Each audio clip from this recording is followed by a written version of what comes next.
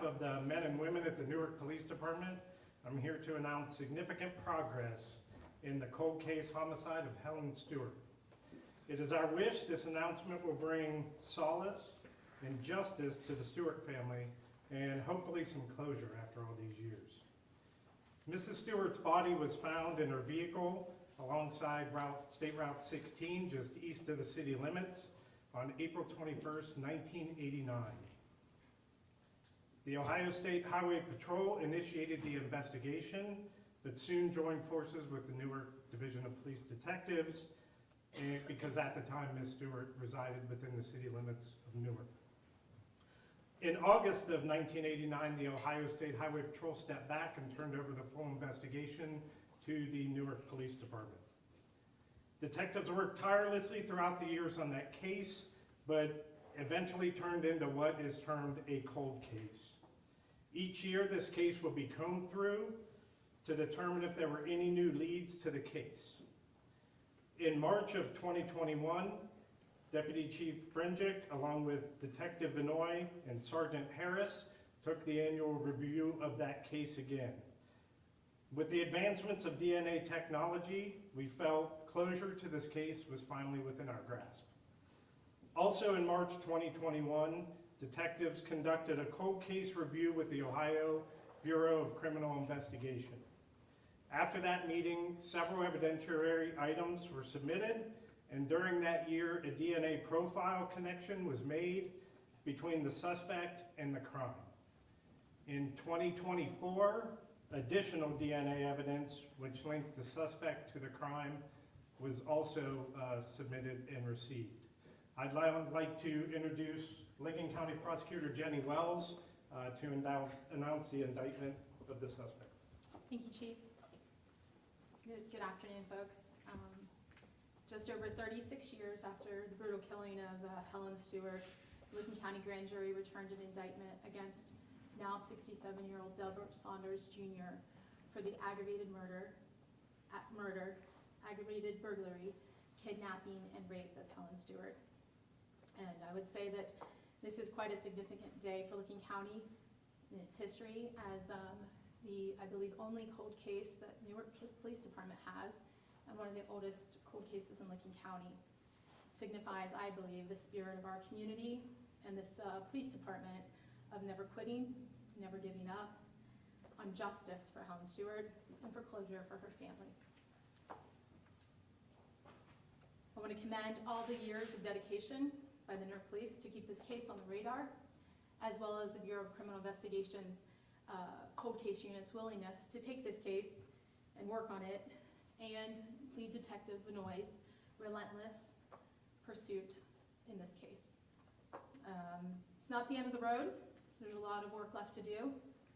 Specific challenges and hurdles, as you can imagine, with the preparing and prosecuting of a 36-year-old case, but law enforcement and myself are dedicated to seeing this case through. Thank you. Detective Vinoy, you have anything you want to say? I don't think so. No. Any questions? Anyone? All right. If we'll stand for a few questions, if you folks have them. If you want to raise your hand, we'll start. Yes, ma'am? She mentioned that the only cold case for Newark. Is this true? And if so, how does it feel today being able to announce this and give this closure to the family? Yeah, except for a couple of our fallen officers, which are behind us, which their cases have, some have been solved and some have not. In the last 36 years, we have a 100% solvability rate with homicides here in the city of Newark, which is pretty phenomenal. And that is a testament to the men and women standing behind me and their relentlessness at going after these folks. And there were many detectives prior to that just worked on this case and worked on this case. I have a question.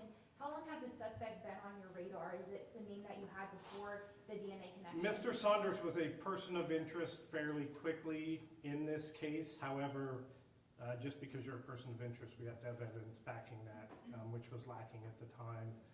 Significant to do any sort of probable cause arrest or anything, but he was a person of interest at the time of the crime.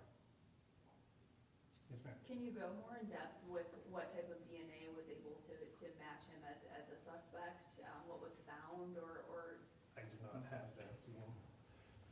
We really don't want to get into the great specifics on that issue, just that with the advances of DNA technology, how sensitive it is, we've got a direct relation between Mrs. Stewart and Delbert Saunders. Was his DNA on her, or can you go into? Again, I wish I could go more detail on that, I just don't think it's appropriate at this time. Okay. Yes, sir. Who contacted the family and what was their reaction? So I spoke with the majority of the Stewart family. I just met some of the Stewart family here for the first time today. Dave, they were ecstatic. The family members that I spoke to were ecstatic about it, the news. And I'm just happy that Helen is remembered. That's one of the really cool things out of this is Helen is not forgotten. And just to follow up to that, what about the officers? I mean, I don't know how many of them are still involved with the Yeah. police department. Did you reach out to them and say, hey, we've had... Absolutely, I've talked to a lot of the old timers and, Detective Ballantyne, Detective Mason, Detective Snow, Bill Hatfield, Deputy Chief Zoner. They were all really thrilled about this. Yes, ma'am. Was there any sort of relationship between the suspect and Helen, or is there any sort of motivation that you've been able to learn so far? Okay. Yeah, we believe it was a crime of opportunity for sure. At the time, Delbert was staying right next door to Mrs. Stewart, not necessarily solely next door, but had an acquaintance that he would stay there. So we believe very much it was a crime of opportunity.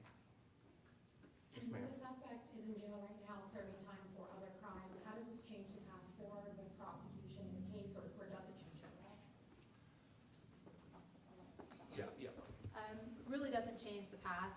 Mr. Saunders will be conveyed back to Lakeland County Justice Center to stand trial for these crimes. Sir, how long was he a person of interest? And, we heard some tips that he's been a person of interest for quite some time. And if so, why did it take this long to match DNA? Yeah, it's a really good question. He was a person of interest, I would say, within a week of Mrs. Stewart's homicide. I came up to the Detective Bureau in 1998, and obviously as a new detective, I had interest in it, and the veterans kind of showed it to me. And for the most part, we all agreed that Delbert was the prime suspect in this case. And the chief talked about a little bit earlier, knowing someone might have done something and proving it is two different things for sure. And can't thank BCI. We would not be standing here today if it wasn't for BCI, especially their forensics unit. They're outstanding. I've worked with them for 30 years, and without them, like I said, we wouldn't be standing here. Yes, sir. So you said that on the cold cases, it would be a yearly review. Why did it take so long for Helen to be added to the NamUs database for missing people and unsolved cases?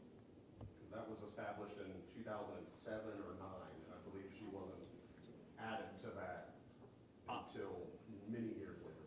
I am not familiar with that database. I'm sorry. It's just a nationwide database that they... Yeah, I'm not familiar why it would have been added. I've never dealt with that database before. I'm sorry. I believe that may be through the Attorney General's office that does the adding. Yes, ma'am. Have you been able to speak to the suspect since the indictment, or in this process since identifying his DNA? And if so, what has that sort of conversation been like, and what has his reaction been? Yeah, I interviewed Mr. Saunders at the correctional facility prior to his indictment. We spoke for a little over an hour. Mr. Saunders and I know one another. His current case from 2002 was a case that I investigated back in 2002. But yeah, we talked for a little over an hour.